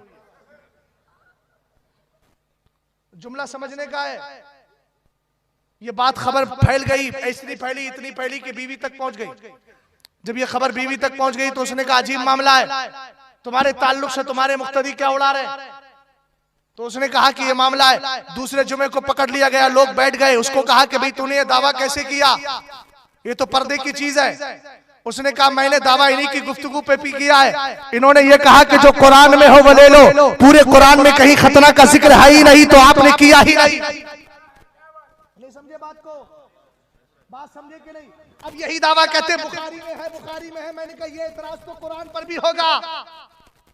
कुरान पाक में बहुत सारी चीजों का जिक्र नहीं। बताओ ड्रग्स का जिक्र कुरान में है? बोलो। इसी तरीके से और भी नशावर चीजें जितनी है, सुल्फे का जिक्र कुरान में है, चर्च का जिक्र कुरान में है। नहीं है तो कोई एतराज कुरान पर भी कर सकता है। जो कुरान में नहीं है, जो कुरान में नहीं है, तो इसका एतराज कुरान पर भी जाएगा। अब कहने लगे बुखारी में है। हमने कहा अगर बुखारी में नहीं है तो ये बता कि सरकार के जमाने में बुखारी थी? बोलो बोलो। ये आपने साब्ता कहां से निकाला? जो बुखारी में हो उसी को मानो। अभी आगे गुफ्तगू बढ़ा रहा हूं, एक बात इनसे पूछिएगा, बुखारी में जो होगा उसी को मानोगे ना? तो मुझे ये बताइए, हजरत इमाम बुखारी रदी अल्लाह ताला अन्हु ने पूरी बुखारी में कितनी हदीसें लिखी है? सिर्फ आपने हदीसें 9083 या 9008 के ताल्लुक से। एक रिवायत में कहा गया कि 7000 मुकर्ररात को मिलाकर, यानी मुकर्ररात का मतलब होता है जो बार बार हदीसें आ जाती है, एक हदीस पहले आई फिर आ गई। इन मुकर्ररात को मिला करके पूरी हदीसें 9000 है तकरीबन। हमने पूछा इमाम शाफई रदी अल्लाह ताला अन्हु की बुखारी शरीफ में सिर्फ हदीसें हैं कितनी? 9000। और इमाम बुखारी को कितनी हदीसें याद थी? तो आइए उनकी सवाने को पढ़ते हैं। कानल बुखारी आलिमन कबीरा, कहा गया इमाम बुखारी बहुत बड़े आलिम थे। फरमाया इज काना यहफज़ु मिअता अल्फ हदीसिन सही व मिअता अल्फ हदीसिन गैर सही। इमाम बुखारी को 3 लाख हदीसें याद थी, उनमें से 1 लाख हदीसें सही याद थी और 2 लाख हदीसें गैर सही। अब बुखारी में कितनी हदीसें? 9000। मुकर्ररात को हटा ले तो बुजुर्गों ने फरमाया कुल 4000। चलिए मुकर्ररात को मिला के बोलते हैं, जो बार बार आ गई रिवाइज जो हो गई उनको लगा के 9000 लगा लीजिए। अब आप ये बताइए कि इमाम बुखारी की हदीसे पाक जो बुखारी शरीफ है उसको हदीसे सही कहते हैं ना? सही बुखारी के नाम से। तो ठीक है, सारी हदीसें सही। इमाम बुखारी को कितनी याद थी?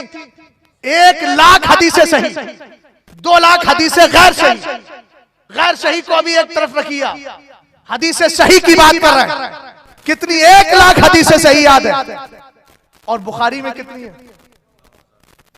अब मुझे ये बताइए कि इमाम बुखारी ने क्या बुखारी शरीफ में अपना पूरा इल्म उड़ेल दिया? बोलो। हमें पूरा क्या, इसको मैं क्या कहूं, 10% ही आया है। कितना आया? बुखारी शरीफ में कितनी हदीसें जिक्र की गई? 9000 हदीसें। और इमाम बुखारी को याद थी कितनी? 1 लाख हदीसें। तो बची कितनी? 91,000। वो 91,000 हदीसों के बारे में मैं इन वहाबियों से पूछना चाहता हूँ। हजरत इमाम बुखारी बहुत बड़े आलिम थे, बहुत बड़े आलिम थे। मुझे एक बात ये बताइए, तुम बुखारी को मानते हो या इमाम बुखारी को मानते हो? अगर कहो हम खाली किताब को मान रहे हैं, इमाम बुखारी को नहीं मान रहे हैं, तो मैं कहूंगा फिर किताब की वैल्यू हुई क्या रही? इसलिए कि इमाम बुखारी को यह मकाम इसलिए मिला है कि बड़ी मेहनतें की थी, बड़ी मशक्कतें की थी, हदीसें सही ले लेकर के आए थे। पता ये चला इमाम बुखारी की खाली बुखारी को नहीं, इमाम बुखारी को भी मानना होगा। और जब इमाम बुखारी को मानोगे तो सिर्फ 9000 हदीसें नहीं, आपको 1 लाख हदीसें सही हदीसें मानना होगी। अब मैं आपसे पूछना चाहता हूँ, 9000 हदीसों को इमाम बुखारी ने बुखारी शरीफ में जमा कर दिया, तो 91,000 हदीसें क्या इमाम बुखारी छुपा के ले गए? कभी नहीं लेकर गए। उन्होंने अपने शागिर्दों को बताई, उन शागिर्दों ने उन हदीसों के अलावा जो बुखारी में थी उनके अलावा उन हदीसों को जमा किया, अपनी किताबों में लिखा, उसकी शक्ल में हजरत इमाम तिरमिजी नजर आए और भी दीगर बुजुर्गाने दीन नजर आए। 91,000 हदीसों को इमाम बुखारी अपनी कब्र में छुपा के ले जाए, ये तो कभी नहीं हो सकता। क्यों नहीं होगा? इसलिए कि कुरान कहता है इन्नल लदीना यक्तुमूना मा अंज़लल्लाहु मिनल किताबी व यश्तरूना बिही समनन कलीला। कुरान ने कहा जो इल्म छुपाते हैं वो अपने पेटों में आग खाया करते हैं। क्या इमाम बुखारी के बारे में कोई कह सकता है? एक हदीस में सरकार ने फरमाया मन कतबा इल्मन उल्जिमा बिलिजामिन मिनन नारी यौमल क़ियामा। जो इल्म को छुपाता है, दीन का इल्म छुपाता है, कयामत के दिन उसको आग की लगाम पहनाई जाएगी। कोई कह सकता है कि इमाम बुखारी ने 91,000 हदीसों को छुपा लिया है? हमने कहा नहीं नहीं, तो 9,000 हदीसें सिर्फ बुखारी में दे करके गए हैं, 91,000 हदीसें सीना मसीना शागिर्दों को देकर गए हैं। तो जो सच्चा इमाम बुखारी से प्यार करने वाला होगा वो खाली बुखारी की रट नहीं लगाएगा, बल्कि ये कहेगा जो सरकार ने फरमाया अल हिकमतु दाल्लतुल मोमिन हैसु वजदहा फहुवा अहक्कु बिहा। सरकार फरमाते हैं ये दीनी इल्म तुम्हारा गुमशुदा माल है, तुम्हें जहां मिल जाए छोड़ना नहीं, उसको इख्तियार कर लेना। अब हमें हदीस बुखारी में मिले तो लेंगे, मुस्लिम में मिले तो लेंगे, नसई में मिले तो लेंगे, अबू दाऊद में मिले तो लेंगे, इसी तरीके से मुअत्ता इमाम मालिक में मिले तो लेंगे, इसी तरीके से मुस्नद इमाम आजम में मिले तो लेंगे, मुअत्ता इमाम मोहम्मद में मिले तो लेंगे, मसानीद में मिले तो लेंगे, जवामे में मिले तो लेंगे, इसी तरीके से सिहा में मिले तो लेंगे। हमें सरकार की हदीस पर अमल करना है, तो जहां जहां हदीस मिलेगी अल्हम्दुलिल्लाह हम अमल करते चले। समझ में आई बात आपके? हजरत इमाम शाफई रदी अल्लाह ताला अन्हु के दीवानों, इमाम शाफई इमाम आजम रदी अल्लाह ताला अन्हु से इस कदर अदब व इहतराम वाला ताल्लुक रखते थे कि जब आप इमाम आजम की कब्र पे जाते थे तो अपने मजहब के एतबार से नमाज नहीं पढ़ते थे। कहते थे इतने बड़े इमाम की कब्र पर आकर मुझे नमाज अपने मजहब के एतबार से पढ़ने में शर्म आती है।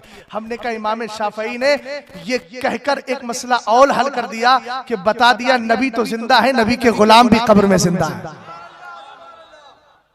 समझ गए आप? अगर कोई ये पकड़े और पकड़ के कहे बुखारी में दिखाओ, तो उसका हाथ पकड़ के ये कहना मुझे ये दिखा कि कौन सी हदीस में सरकार ने फरमाया है कि सिर्फ बुखारी की हदीसें लेना। नहीं समझे बात को? फिर वो ये कहे कि आपके लोगों का एक मिजाज बन गया। नासिरुद्दीन अलबानी नाम का इनका एक मौलवी गुजरा है, उस कमबख्त ने किया क्या है, उसने सारी हदीसों को डिवाइड कर दिया। जो हदीसें हमारी मुस्तदल है, हमारा प्रूफ है, उनको कह दिया ज़ईफ, कमजोर, मौजू, मनगढ़ंत, और जितने अपने मतलब की कह दिया सही, सही, कवी, दुरुस्त। तो लोग क्या करते हैं, हमारा अगर कोई मौक़िफ़ आता तो कहते हैं ये हदीस ज़ईफ है। हाथ पकड़ के कहो कौन सी हदीस में लिखा है कि ये हदीस ज़ईफ है? तू को अपने आप को अहले हदीस कहता है ना, तो तेरा हल अमल तो हदीस के मुताबिक होना चाहिए। तो हमें यह बता कौन सी हदीस में लिखा है कि इमाम बुखारी की हदीस को माना जाए, कौन सी हदीस में लिखा है कि बुखारी की सारी हदीसें सही है, कौन सी हदीस में लिखा है कि इमाम बुखारी रदी अल्लाह ताला अन्हु की हदीस ही दलील के तौर पर पेश की जाएगी, कौन सी हदीस में लिखा है कि यह हदीस ज़ईफ है। पकड़ के उससे बात करो और उससे पूछो, और ये सारी बातें ज़हनो दिमाग में बिठा कर लेकर के जाओ। याद रखना सरकार ने एक हदीस में इरशाद फरमाया अलैकुम बिदीनिल अजाइज, तुम पर बुढ़ियों का दीन इख्तियार करना जरूरी है। कोई बुढ़िया तुम्हें गैर मुकल्लिद नहीं मिलेगी, कोई बुढ़िया तुम्हें बदअकीदा नहीं मिलेगी। बुढ़ियों का मिजाज ये होता है साबरे पाक की फातिहा करती हूँ करती रहूंगी। आला हजरत रज़ी अल्लाह ताला अन्हु ने इस हदीस को जिक्र करने के बाद ये बता दिया, और सरकार अलैहिस्सलाम के सहाबी अब्दुल्लाह इब्ने अब्बास ने भी ये कहा कि अगर आप किसी की रविश इख्तियार करना चाहते हो तो उनकी रविश इख्तियार करो जो तुमसे पहले चले गए हैं, इसलिए कि और इस गोल्ड पुराना पुराना हुआ करता है। इसी मज़हब हक को थामे रहोगे तुम्हें जन्नत की बशारत। एक मसले को मुझसे कहा गया रफ़े यदैन के बारे में, कुछ साल पहले मेरी गुफ्तगू हुई थी और मैंने उसमें क्लियर किया था। आइए आज भी थोड़ा सा मसला वाज़ेह करके गुफ्तगू को खत्म करूं। रफ़े यदैन इसका माना क्या होता है? रफ़ का माना उठाना, यदैन का माना हाथ, दोनों हाथों को उठाना। ये मसला बड़ा मुख्तलिफ ही रहा, और सबसे ज्यादा जोर दिया जाता है इन दो बातों पर कि हम नबी की माने या इमाम की। उसका जवाब मैंने दे दिया। दूसरा दिया जाता है कि रफ़े यदैन का हुक्म है, रफ़े यदैन का हुक्म है, रफ़े यदैन का हुक्म है। हमने कहा जब तुम अपने आप को अहले हदीस कहते हो तो सारी हदीसों पे अमल करो। सरकार ने एक हदीस में इरशाद फरमाया कान तक हाथ उठाओ, एक में फरमाया कांधों तक हाथ उठाओ, सीने तक हाथ उठाओ। जब इससे कहो पकड़ के उससे पूछो कि तू अहले हदीस है ना, सरकार की हदीस पे अमल करता है, चल नियत बांध के दिखा। जैसे ही नियत बांधे और यहां तक लाए, हदीस पे तूने अमल छोड़ दिया, इसलिए कि कान वाली हदीस पे अमल नहीं हुआ। और जब ये सीने तक लेकर आए तो कहना छोड़, हत्ता युहाजी मनकबे का लफ्ज हदीस पाक में कि कांधों तक लेकर आते सरकार, तो तूने कांधों वालों पर छोड़ दिया। तीन हदीसें एक तरह की है। हमने कहा यह फैसला कौन करता है? ये इमाम आजम किया करते हैं, इमाम शाफई किया करते हैं। तीन तरह की हदीसें आती है। ये तीनों नहरें हैं, चारों नहरें हैं। अब बताया जाता है इसमें चले जाओ तब भी मदीने का रास्ता मिल जाएगा, इधर चले जाओ तब भी मदीने का रास्ता मिल जाएगा। तुमने तो किसी को भी इख्तियार नहीं किया है।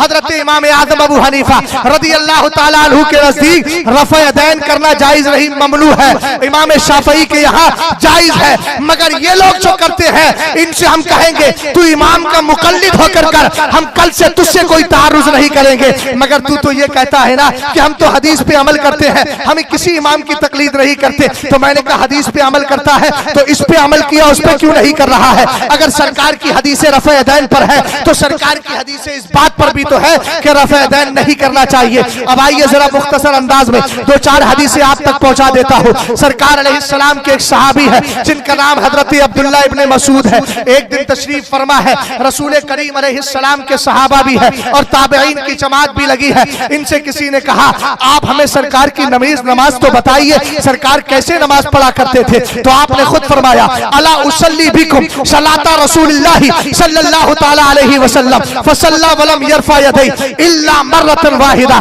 मा तकबीर अल-इफ्तिताही। फरमाया हजरत अब्दुल्ला इब्ने मसूद ने आओ मैं तुम्हें सरकार की नमाज बताता हूं। आपने जब नियत बांधी तो सिर्फ एक बार हाथ उठाए, दोबारा हाथ नहीं उठाए। आपसे पूछा गया तो आपने फरमाया सल्लैतु मान नबी सल्लल्लाहु तआला अलैहि वसल्लम व मा अबी बकरिन व मा उमरा वलम यरफउ ऐदियहुम इल्ला इंद तकबीरतिल ऊला फी इफ्तिताहिस सलाह। हजरत अब्दुल्ला इब्ने मसूद ने कहा मैंने सरकार के साथ भी नमाज पढ़ी है, हजरत उमर फारूक आजम के पीछे भी नमाज पढ़ी, हजरत अबू बकर सिद्दीक अकबर के पीछे भी नमाज पढ़ी।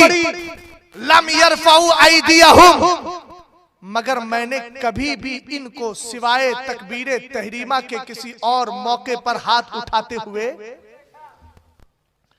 अब बोलो जो रफ़े यदैन छोड़ते हैं उनको बड़ी आसानी से कह देते हैं हदीस के खिलाफ चल रहा है, तो हजरत उमर फारूक आजम पर क्या फतवा लगाओगे? अबू बकर सिद्दीक अकबर पे क्या फतवा लगाओगे? रसूल करीम अलैहिस्सलातु वस्सलाम के दीवानों जरा तवज्जो फरमाना। एक दिन इमाम आजम इमाम औज़ाई दोनों दारे हनाता मक्का के अंदर जमा हो गए। इमाम औज़ाई बहुत बड़े ताबई हैं और इमाम आजम सिगारे ताबईन में से हैं, इनसे उम्र में बड़े थे।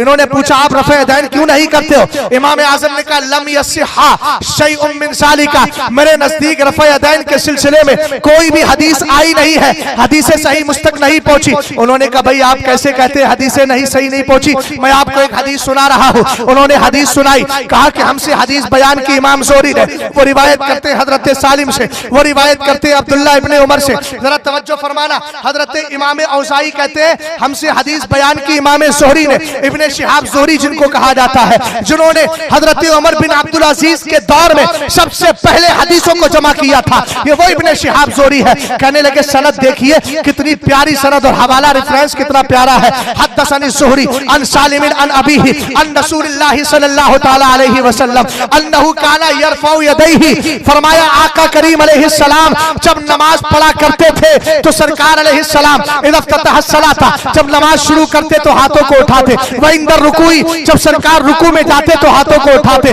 जब सरकार रुकू से उठते तो हाथों को उठाते। हजरत इमाम औज़ाई ने अपनी सनद बयान कर दी। इमाम आजम ने कहा मेरे पास इससे मजबूत हदीस है,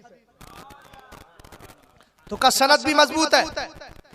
अब इमाम आजम अबू हनीफा रदी अल्लाह तआला अन्हु हदीस बयान कर रहे हैं, फरमाते हद्दसनी हम्माद अन इब्राहीम अन अलकमा वल अस्वदी अन इब्ने मसऊद अन्न नबी सल्लल्लाहु तआला अलैहि वसल्लम ला यरफउ यदैहि इल्ला इफ्तिताहिस सलाह।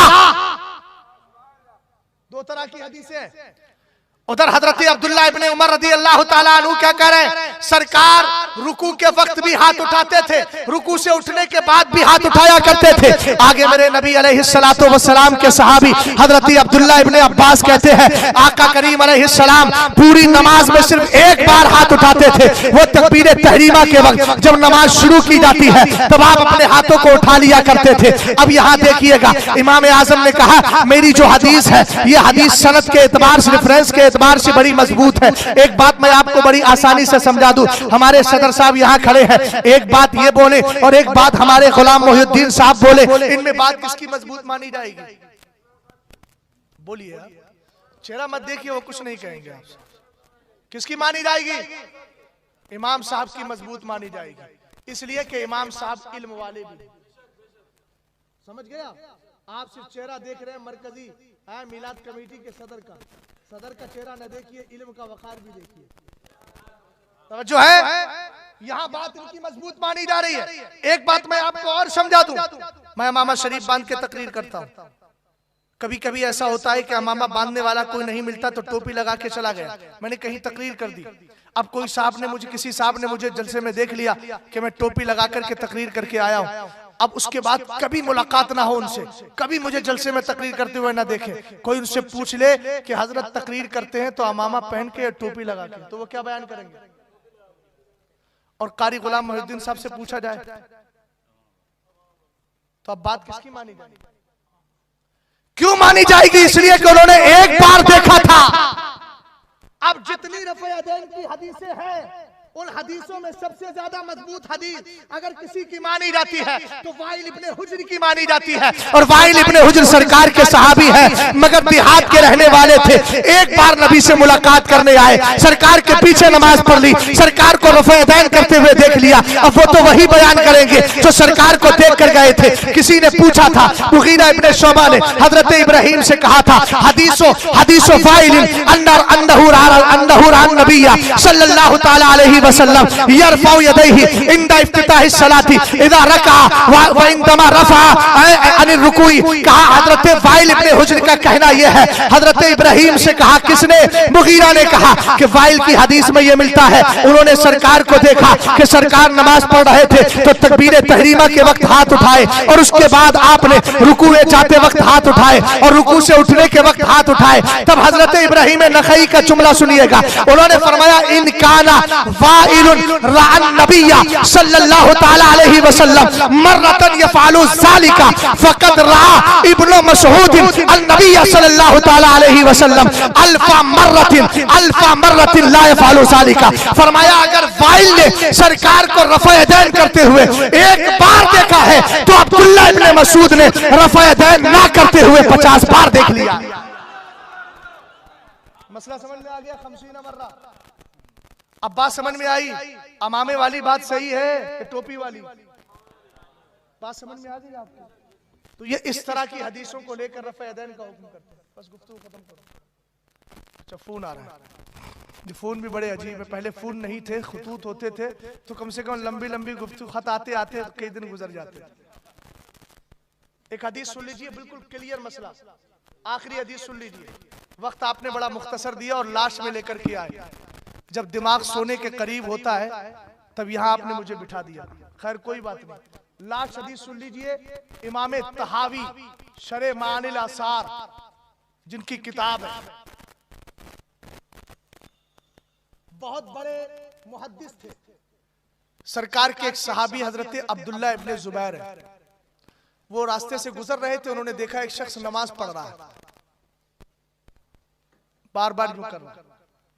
आपने फरमाया ला तफाल, हाथ मत उठा, पीछे नहीं देखो, मैं किसी से नहीं कह रहा हूं। उन्होंने कहा ला तफाल, हाथ मत उठा। हाथ क्यों उठा रहा है बार बार? तो अब सहाबी रसूल थे, उनका जुमला सुनिएगा, इसलिए कि दीन को सहाबी से ज्यादा समझने वाला कोई नहीं है। उन्होंने समझा होगा दीन को। और जिसको अलहम्दो के अलिफ्लाम के बारे में पता नहीं है वो कह रहा है इमाम आजम गलती कर सकते हैं। सुनो इमाम शेख मोहिउद्दीन इब्न अरबी का जुमला क्या है, इय्याकुम वत्ताना अला अहदिन मिनल मुज्तहिदीन। शेख मुहियुद्दीन इब्न अल-अरबी जिनकी कब्र शरीफ दिमश्क के अंदर है, जिनकी कब्र पर हमेशा 40 अब्दाल गर्दिश करते रहते हैं, उनकी किताब फुतुहात मक्किया में लिखते हैं इय्याकुम वत्ताना अला अहदिन मिनल मुज्तहिदीन, फरमाया किसी भी मुज्तहिद पर उंगली मत उठाना। कुछ लोग क्या वतकुलूना, तुम लोग बोल देते हो हम महजूबूना अनिल मारिफी वल असरार, कह देते हो उनको क्या पता इल्म के बारे में। इमाम आजम भी तो इंसान है, गलती हो सकती है। क्या तुम कहते हो उनके सामने पर्दे पड़े हैं? क्या कसम खुदा की पर्दे नहीं पड़े हैं। उनका आलम तो यह है कि गैब की खबरें भी अल्लाह उनको अता फरमा दिया। पूरी सनद में नहीं पढ़ रहा हूं, बस इतनी बात पर गुफ्तगू को खत्म कर रहा हूं। तो क्या कहा हजरत अब्दुल्लाह इब्न जुबैर ने, ला तफाल, रफ़ा यदैन मत कर। और फिर आपने एक फैसला करने वाला जुमला इरशाद फरमाया, इन्ना हादा शैउन फ़अलहु रसूलुल्लाहि सल्लल्लाहु तआला अलैहि वसल्लम सुम्मा तरक, फरमाया जो रफ़ा यदैन तुम कर रहे हो ये सरकार ने कभी किया था फिर छोड़ दिया था। एक मिसाल समझा दूं आपको, सरकार की हदीस की रोशनी में सरकार ने फरमाया नहीं तो कुमन ज़ियारतुल कुबूरी अला फज़ूरुहा, सरकार ने कहा मैंने तुम्हें कब्रों पर जाने से मना किया था लेकिन अब जाया करो। तो सरकार ने पहले रफ़ा यदैन किया था फिर मना कर दिया, अब मत किया करो। यही वजह है कि हजरत जाबिर इब्न समुरा कहते हैं खरजा अलैना रसूलुल्लाह सल्लल्लाहु तआला अलैहि वसल्लम फकाला माली अराकुम राफी ऐदियकुम कान्नहा अज़नाबु खैलिन शुम्मुसिन उसकुनु फिस सलाह। सरकार दो आलम के सहाबी हजरत जाबिर कहते हैं, आखिरी हदीस पेश करके गुफ्तगू को खत्म कर रहा हूं, फरमाते हैं सरकार हमारे करीब से गुजरे, आका ने देखा मेरे सहाबा रफ़ा यदैन कर रहे हैं, बार बार हाथ उठा रहे हैं। सरकार जलाल में आए, फरमाया माली अराकुम राफिई ऐदियकुम, क्या बात है मैं देखता हूं कि तुम अपने हाथों को बार बार ऐसे ही उठाते हो, काज़नाबी खैलिन शुम्मुसिन, जैसे शरीर किस्म के घोड़े अपनी पूंछ और दुम को उठाया करते। सरकार ने फरमाया उसकुनु फिस सलाह, नमाज सुकून से पढ़ा करो। अब इसके अलावा भी कोई दलील चाहिए? इसलिए याद रखना ये सारी कौम बहुत लंबी पैदावार नहीं, 250-300 साल की पैदावार है। मोहम्मद इब्ने अब्दुल वहाब नजदीकी नस्ल से है ये लोग, इनसे बच के रहो, ईमान अकीदा महफूज रखो। अगर इब्ने तैमिया पे बात करने चलूं, इब्ने कय्यम पे बात करने चलूं, इनके इमाम शौकानी पे बात करूं, नवाब सिद्दीक हसन भूपाली पे बात करूं तो दूध का दूध पानी का पानी हो जाएगा।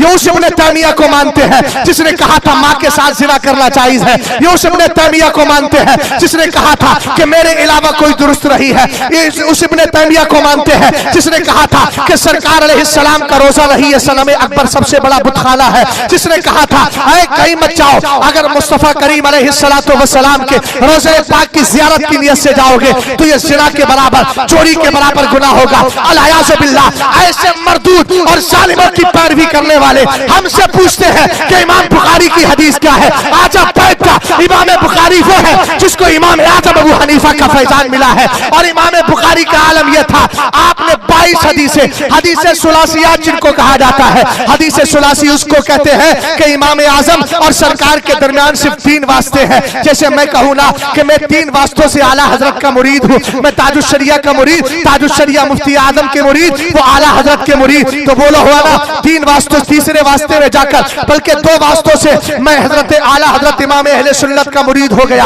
हजरत इमाम बुखारी कहते हैं मैंने पूरी बुखारी जमा की है मगर इसमें क्या 22 हदीसें मैं उन पर फख्र करता हूँ, इसलिए कि मेरे और सरकार के दरमियान सिर्फ 3 वास्ते हैं, बाकी और हदीसों में और भी वास्ते हैं, यहाँ सिर्फ 3 वास्ते मिलते हैं। उन 3 वास्तों वाली हदीसों को सुलासी कहा जाता है। उनमें 11 हदीसें इमाम बुखारी ने जिससे ली है उनका नाम मक्की इब्ने इब्राहिम है, और मक्की इब्ने इब्राहिम वो है जिन्होंने इमाम आजम की बारगाह में 11 साल इल्म हासिल किया। हम हनफियों के इमाम को कहते हो कयास है, तुमसे ज्यादा झूठों की तकलीद करने वाला कोई नहीं। कसम खुदा की साबित कर दूंगा, ये सब इतने बड़े मुकल्लिद हैं मगर आपको मालूम है ना कि जो ये नहीं कहता तुझसे दर दर से सक से है मुझको निस्बत, मेरी गर्दन में भी है दूर का डोरा तेरा। हम गौसे आदम के कुत्ते बने, बुजुर्गों के कुत्ते बने, तो अल्लाह रब्बुल इज्जत ने क्या फरमाया, वकल्बुहुम बासितुन ज़राइही बिल वसीद। वो असहाबे कहफ का कुत्ता हकीकी शक्ल में था, तो उसका जिक्र में कुरान ने उसका जिक्र कर दिया और कहा उनकी चौखट पे बैठा है। और बुजुर्गों ने फरमाया कयामत के दिन इंसानी शक्ल में वो जन्नत में जाएगा। इनका तो तौसीफुर रहमान मेराज जैसे मरदूद चीख चीख के कहते हैं, देखो सुन्नियों को हो क्या गया। बस इतना जुमला बोलिएगा, हमने बुजुर्गों के दर का गधा होना और उनका कुत्ता होना अपने आप को तस्लीम किया है। हमें कुरान ने बशारत दे दी है, यौमा नहशुरुल मुत्तकीना इलर रहमानी वफ्दा। हम कयामत के दिन वलियों को दूल्हा बना करके उठाएंगे, हम बराती भी उसमें चले जाएंगे। और ये तुम्हारा मुकद्दर है कि तुमने सुन्नियत को छोड़ा, इत्तबिउ सवादल आज़म, इसकी पैरवी नहीं की और जमात से अलग थलग हुए। सरकार बोले अहलुल बिदाई किलाबुल नार, ये सारे बिदाती जहन्नमी कुत्ते हैं। मेरे गुलामों का नक्शे कदम है राह खुदा, वो क्या बहक सके जो ये सुराग लेके चले। अस्तगफिरुल्लाह रब्बी मिन कुल्ली ज़म्बि व अतूबु इलैह। कलमा शरीफ पढ़ लीजिए, ला इलाहा इल्लल्लाह।